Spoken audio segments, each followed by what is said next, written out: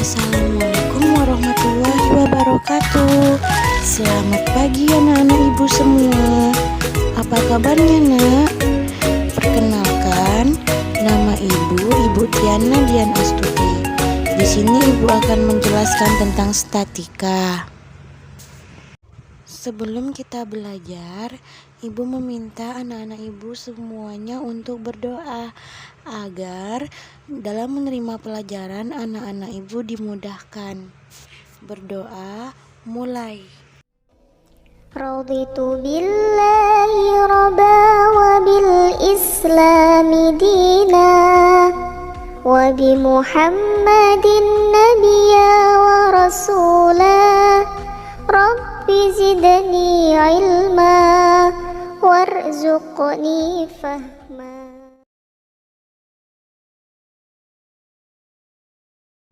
Anak-anak ibu, di dalam matematika ada istilah statika. Statika yang berisi data dan disusun dalam bentuk berbeda-beda. Salah satunya disajikan dalam bentuk tabel. Sebelum kita menyajikan data dalam bentuk tabel, anak-anak ibu harus tahu apa itu data.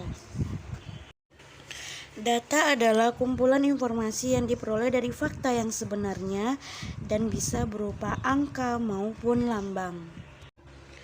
Ada dua cara yang bisa anak ibu gunakan untuk mengumpulkan data, yaitu melalui angket atau kuesioner dan wawancara dengan narasumber.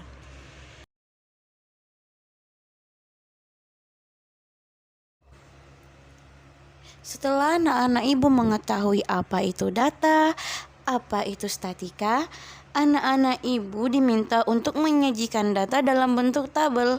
Maka langkah yang pertama anak-anak ibu lakukan yaitu mengurutkan data dari yang paling besar ke yang terkecil. Berikut contoh data hasil ulangan matematika SD 148.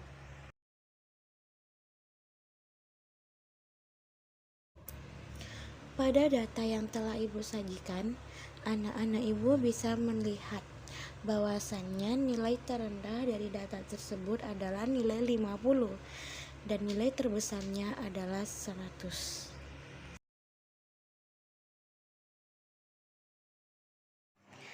Tabel yang kita buat dapat terdiri dari 3 bagian, yaitu nilai, turus, dan frekuensi. Pada kolom nilai, tulis nilai yang ada pada data. Sedangkan pada kolom turus diisi dengan sejumlah garis siswa yang mendapatkan nilai itu. Terakhir, kolom frekuensi diisi dengan angka banyaknya jumlah turus tadi. Dari data yang telah disajikan dalam bentuk tabel, kita dapat menafsirkan data bahwasannya nilai 85 merupakan nilai yang paling banyak diperoleh siswa, sedangkan nilai 50 merupakan nilai yang paling sedikit diperoleh siswa. Untuk anak-anak ibu yang ingin membaca data bisa dilihat dari contoh yang telah ada pada layar yang ibu tampilkan.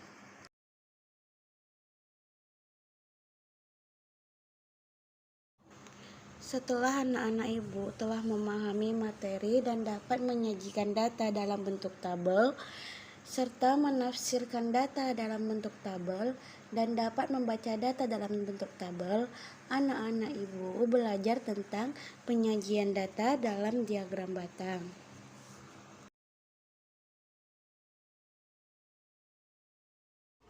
Halo semuanya, selanjutnya kita akan membahas diagram batang. Apa sih itu diagram batang? Diagram batang adalah grafik yang tersusun dari kolom yang berbentuk batang, bisa persegi panjang, yang memberikan berbagai informasi. Diagram batang terdiri dari dua sumbu, yaitu sumbu X horizontal dan sumbu Y vertikal. Anak-anak ibu untuk menyajikan data dalam diagram batang.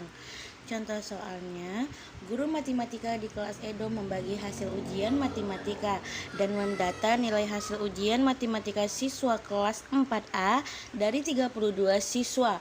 2 siswa mendapat nilai 50, 11 siswa mendapat nilai 65, 10 siswa mendapat nilai 70, 6 siswa mendapat nilai 80, dan sisanya mendapat nilai 75.